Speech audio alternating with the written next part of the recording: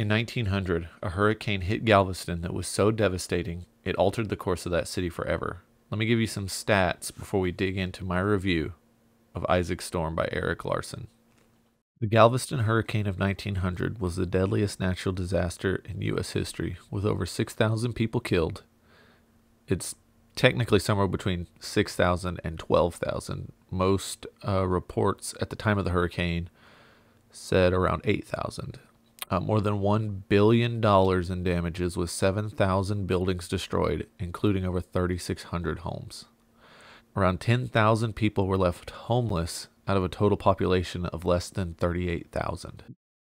Before this hurricane, Galveston was in a golden era of development and economic growth. They were going head to head with Houston in a competition to see which city would become the major port city in Texas. I wasn't sure where to fit this part of my review into this video, so I'm just going to do it here. I decided to read this book as part of my diving into the Gilded Age, give or take a decade. My favorite era in history is from about 1877 to 1919. It seems like a lot of the events during that time, not involving the terms Victorian or war, are mostly ignored. This book does a great job of covering some of the rapid advancement you see from this very important era in history. Now let's get on to this review. The copy I own is a very nice paperback, larger than a mass market paperback, but smaller than a trade. It has a couple of maps in the beginning. Let me flip to those bad boys. You've got the grid system for the city of Galveston at the time, and you've got the hurricane's path and what it ended up hitting.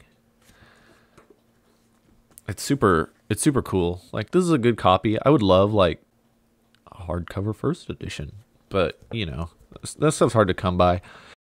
Well, while I was editing this, I remembered that I bought this bad boy for $1 at my local library sale. It's not a first edition. It's an 8th printing, but it's still in the same format and style as the first edition. The best thing is it comes with a bro dart already to protect that beautiful dust jacket. And like I said, it's from a library sale. I got to rescue another library book.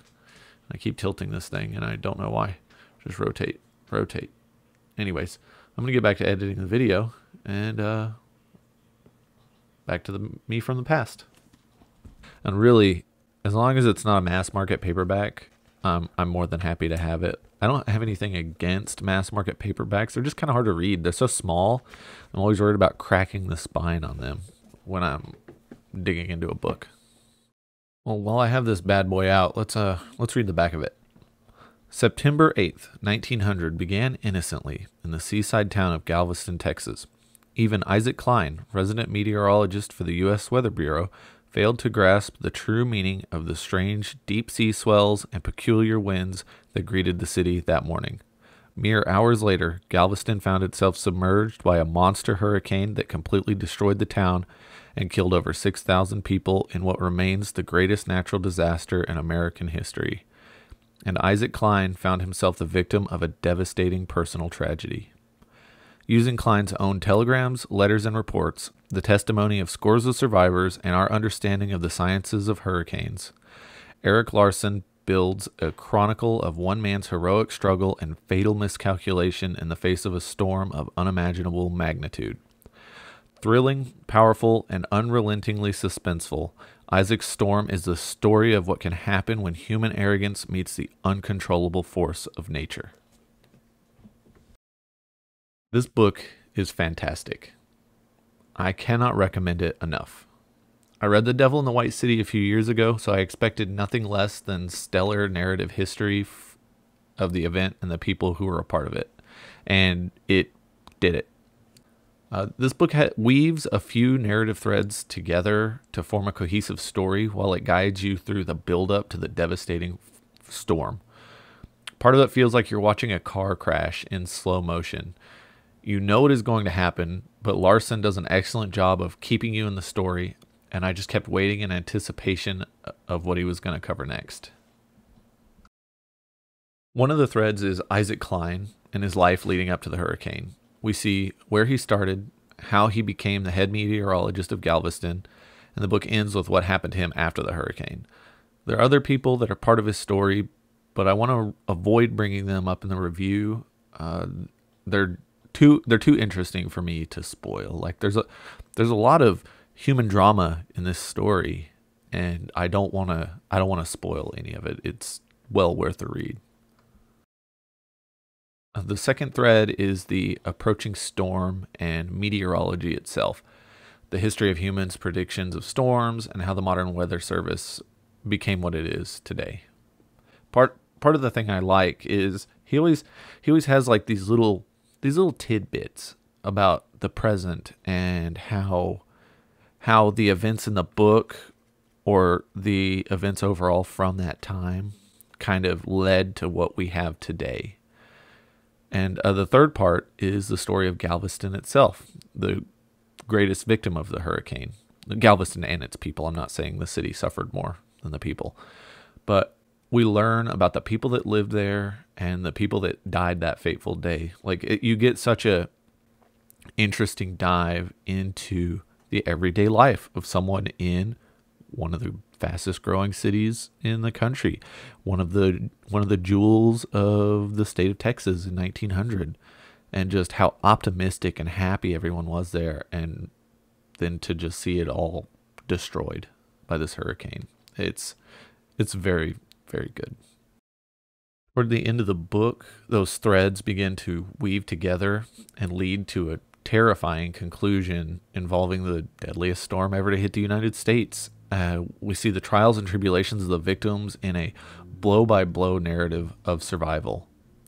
And I'm sorry I'm repeating myself, but there's a lot of stuff covered in the end of this book in the aftermath, but I don't want to spoil any of it. Like you get to see who survived, you get to see what survived, and you get to see like what this led to, like when it comes to changes in meteorology, predicting the weather, and yeah, I don't want to spoil it. I strongly recommend this book to just about anyone. The way Larson writes it leaves you well informed of events you probably knew nothing about before opening this book, and you will be entertained, and it's just, I highly recommend it. I mean, I'm from Texas, and I knew of the hurricane, but I had no idea how devastating it really was. To this day, you can go to Galveston and see historical homes with 1900 storm survivor plaques on them. I mean, it's such a big deal. If you do end up reading this, then I suggest you take some time on Google Images to check out how Galveston changed after the storm. It's very interesting. Like, the island is taller now. Like, they didn't want this to happen again. So, like, you can see from the beach, the seawall that's there. The reason that seawall exists is this hurricane. Like, they raised the height of the entire island to try to prevent the flooding that happened during this storm. That's it for my review of Isaac's Storm by Erik Larson. Go out and get yourself a copy, and let me know in the comments if any of you have read this bad boy or want to read it, or any suggestions for narrative history in this style. Hey, me from the future again. I'm putting this at the end of the video because I wanted to make sure I gave credit to where I got all the photos in the video from. I found a website called galvestonhistorycenter.org, and they just have a ton of photos of Galveston before the hurricane, during the hurricane, and the aftermath of the hurricane. And that's where I got all the photos for this video. I'm going to put a link in the description, and y'all should definitely check it out. And leave any comments about the hurricane, anything like that. And if you like me covering Erik Larson's books, just let me know. I can always make a review of Devil in the White City, and I just got a copy of Dead Wake, hardcover first edition, and I would like to start that soon. So if any of y'all are interested in it, just let me know, and I'll make it a priority in my reading queue. And that's it. Thanks for watching.